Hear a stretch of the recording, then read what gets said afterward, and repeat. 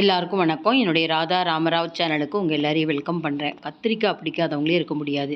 இந்த கத்திரிக்காயில் சாம்பார் செய்வோம், பொரியல் செய்வோம், ரசவாங்கி செய்யலாம்.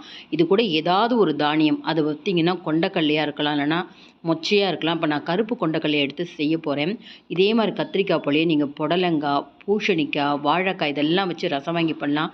கலந்த சாதத்துக்கு சாதத்தில் பிசைஞ்சு சாப்பிட்றதுக்கு ரொம்ப நல்லாயிருக்கும். இந்த வீடியோ ஸ்கிப் பண்ணாமல் பாருங்கள்.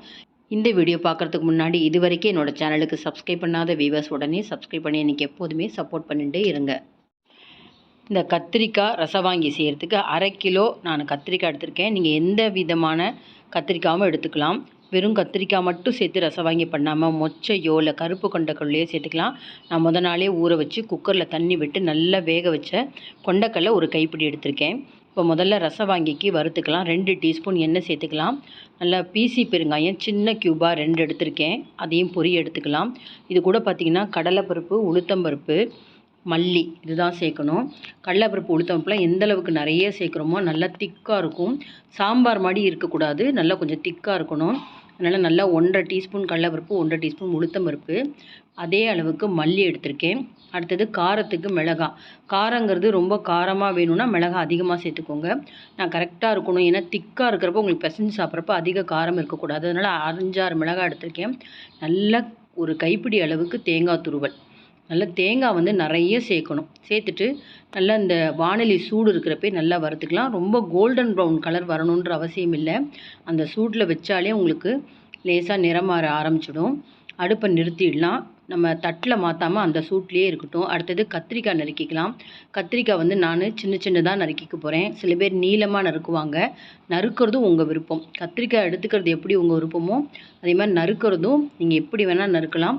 முடிஞ்ச வரைக்கும் விதை அதிகம் இல்லாத கத்திரிக்காவை எடுத்துக்கோங்க. நல்லா பிஞ்சு கத்திரிக்காவாக இருந்தால் ரொம்ப நல்லாயிருக்கும். இப்போ நான் நறுக்கி காமிக்கிறேன் பார்த்தீங்களா, இதே மாதிரி சைஸில் கூட நீங்கள் நறுக்கிக்கலாம். இப்போ நான் 1/2 கிலோ கத்திரிக்காயும் நறுக்கி தண்ணியில் போட்டு வைப்பேன், கருத்து போகாமல் இருக்கும். இப்போ நம்ம வறுத்துருக்கோம் இல்லையா சாமான்லாம், கடலைப்பருப்பு, உளுத்தம்பருப்பு, அதே வாணலிலே செய்ய போகிறேன். நல்லா ஒரு 3-4 டீஸ்பூன் நான் எண்ணெய் சேர்த்துருக்கேன். தாளிதம்லாம் முதல்ல சேர்க்க வேண்டாம். இந்த நறுக்கி வச்ச கத்திரிக்காயை நல்லா எண்ணெயில் வதக்கிக்கலாம். இந்த மாதிரி எண்ணெயில் வதக்கிட்டு புளி தண்ணியில் வேக வைக்கிறப்ப கத்திரிக்காய் சீக்கிரமே வேகும். அதனால் எப்போதுமே இந்த மாதிரி எண்ணெயில் நல்லா வதக்கி ஓரளவு நிறம் மாறி இருக்கு பாருங்களேன். இந்த மாதிரி நிறம் மாறினதுக்கப்புறம் ஒரு நெல்லிக்காய் அளவு புளி கரைச்சி நல்லா 2-3 முறை நல்லா கரைச்சிட்டு 1 கப் எடுத்திருக்கேன், அதை சேர்த்துக்கிறேன். இதுக்கு தேவையான அளவுக்கு 1 டீஸ்பூன் கல்லுப்பு. இது கூடவே நம்ம இந்த கொண்டக்கல்லையும் சேர்த்துடணும். ஆல்ரெடி வேக வச்ச கொண்டக்கல்லை அதையும் சேர்த்துட்டா உங்களுக்கு அந்த கொண்டக்கல்லையில் நல்ல உப்பு சேரும். அதுக்காக கொண்டக்கல்லை, கத்திரிக்காய் எல்லாமே புளி கரைச்சலில் சேர்த்தாச்சு. தேவைப்பட்டால் இன்னுமே கொஞ்சம் தண்ணியும் விட்டுக்கலாம். விட்டுட்டு லிட்டு போட்டு மூடி நல்லா உங்களுக்கு இந்த கத்திரிக்காய் வேகணும். குழையணுன்றது கிடையாது, நல்லா பதமாக வெந்திருக்கணும். இந்த சமயத்தில் நம்ம அரைச்ச பொருட்களை தண்ணி விட்டு நைஸாக அரைச்சிக்கலாம். இப்போ கத்திரிக்காய் வெந்திருக்கா அப்படின்னு சொல்லி முதல்ல எடுத்து பார்ப்போம். பாருங்கள், நல்லா அப்படி எடுத்து பார்த்தாலே டக்குன்னு அப்படி கத்திரிக்காய் உடையிற அளவுக்கு, அதாவது நல்லா மசிகிற அளவுக்கு இருக்கணும். இப்போ எடுத்து காமிக்கிறேன் பாருங்களேன். நல்லா பதமாக வெந்திருக்கு. கத்திரிக்காய் வேகலைன்னா நல்லாவே இருக்காது. நீங்கள் அரைச்சி விட்டதுக்கப்புறம் உடனே திக்காயிடும். அதனால் புளிக்கரைசலில் நல்லா வெந்துதான் செக் பண்ணிவிட்டு அதுக்கப்புறம் நீங்கள் அரைச்ச விழுது சேர்க்கணும். இப்போ 1 கப்பு நிறையா நான் அரைச்ச விழுது சேர்த்துருக்கேன். கொஞ்சம் ஜாரியாக எலும்பி அந்த தண்ணி இது கூட தாராளமாக சேர்த்துக்கலாம்.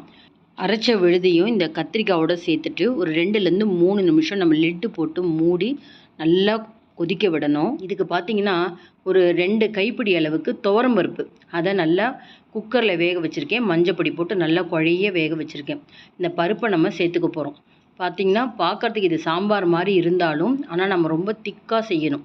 அதுதான் உங்களுக்கு இது ரசவாங்கி அப்படின்னு பேர். இது கலந்த சாதத்துக்கு நல்லாயிருக்கும், பிசைஞ்சும் சாப்பிட்லாம். இந்த பாருங்கள், நல்லா 2 கைப்பிடி அளவுக்கு துவரம்பருப்பை நல்லா குக்கரில் நல்லா குழைய வேக வச்சுருக்கேன். மஞ்சப்பொடியும் போட்டுட்டேன்.